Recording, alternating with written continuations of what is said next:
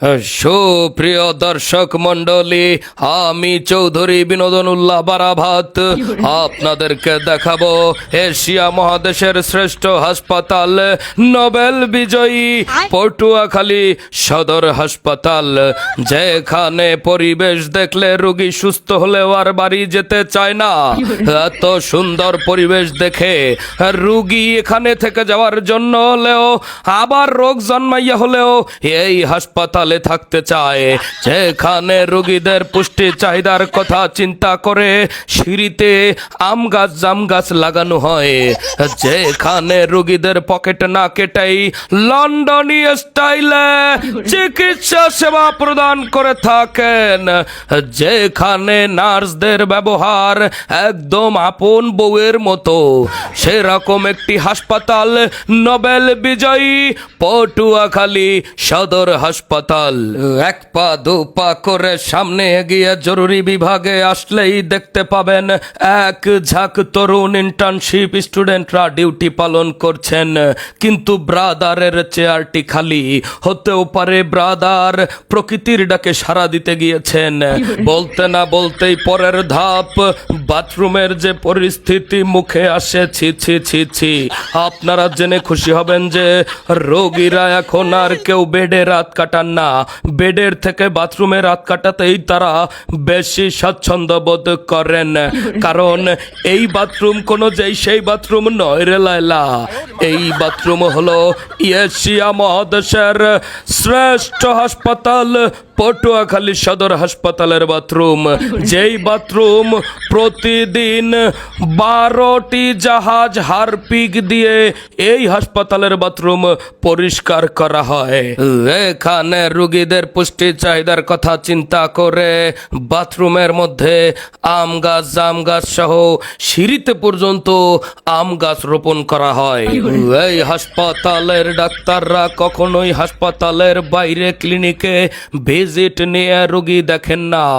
24 ঘন্টায় এই হাসপাতালে মানবতার সেবায় নিয়োজিত থাকেন এবং পরীক্ষা নিরীক্ষার জন্য কখনোই কোনো ক্লিনিকে রেফার করা হয় না এবং ক্লিনিকের কোনো দালাল টেস্ট নেওয়ার জন্য হসপিটালে আসেন না। এবং ডাক্তারদের ডিউটি যদি থাকে সকাল 9টায়, তারা এখানে ভোর 5টায় এসে উপস্থিত হন। কখনোই তারা দুপুর 2টা বা 3টা বাজান না। অনেকেই বলে থাকেন এই হাসপাতালে নার্সদের ব্যবহার বরগুনার মিন্নির মতো, কিন্তু না, এই হাসপাতালের নার্সদের ব্যবহার অত্যন্ত সুমিষ্ট এবং সুহাসী, যা দেখে রোগীরা প্রেমে পড়ে, হার্টে প্রেসার পড়ে তাদেরকে বরিশাল রেফার করতে হয়। এখানকার সিনিয়র নার্সরা কখনোই জুনিয়র নার্স অথবা ট্রেনিংয়ে থাকা স্টুডেন্টদেরকে দিয়ে কাজ করান না। সিনিয়র নার্সরা নিজেদের কাজ নিজেরা করে থাকেন এবং ডাক দেওয়ার আগেই সার বলে রোগীর কাছে চলে আসেন। এই হসপিটালে কোনো অ্যাম্বুলেন্সের অভাব নেই এবং অ্যাম্বুলেন্সে কোনো সিন্ডিকেট নেই। অ্যাম্বুলেন্সে কোনো রোগীদের পকেট কাটা হয় না, কারণ সরকার কর্তৃক লক্ষ লক্ষ অ্যাম্বুলেন্স বরাদ্দ করা হয়েছে এশিয়া মহাদেশের এই সেরা হাসপাতালের জন্য। এই সেরা হাসপাতালে রোগীদের খাবার পানীয়র ব্যবস্থার জন্য এই টিউবওয়েলটি ভেঙে অনুপযুক্ত অবস্থায় ফেলে রাখা হয়েছে। আপনারা আরো জানলে অবাক হবেন, এই হাসপাতালের কোনো আয়া বা নার্স জামা কাপড় ধুয়ে ডেলিভারি করিয়ে টাকা নেন না। এমার্জেন্সি থেকে রোগী ট্রলি করে বেডে পৌঁছে দিয়ে খুচরা কোনো টাকা এই হাসপাতালের ওয়ার্ড বয়রা নিয়ে থাকেন না।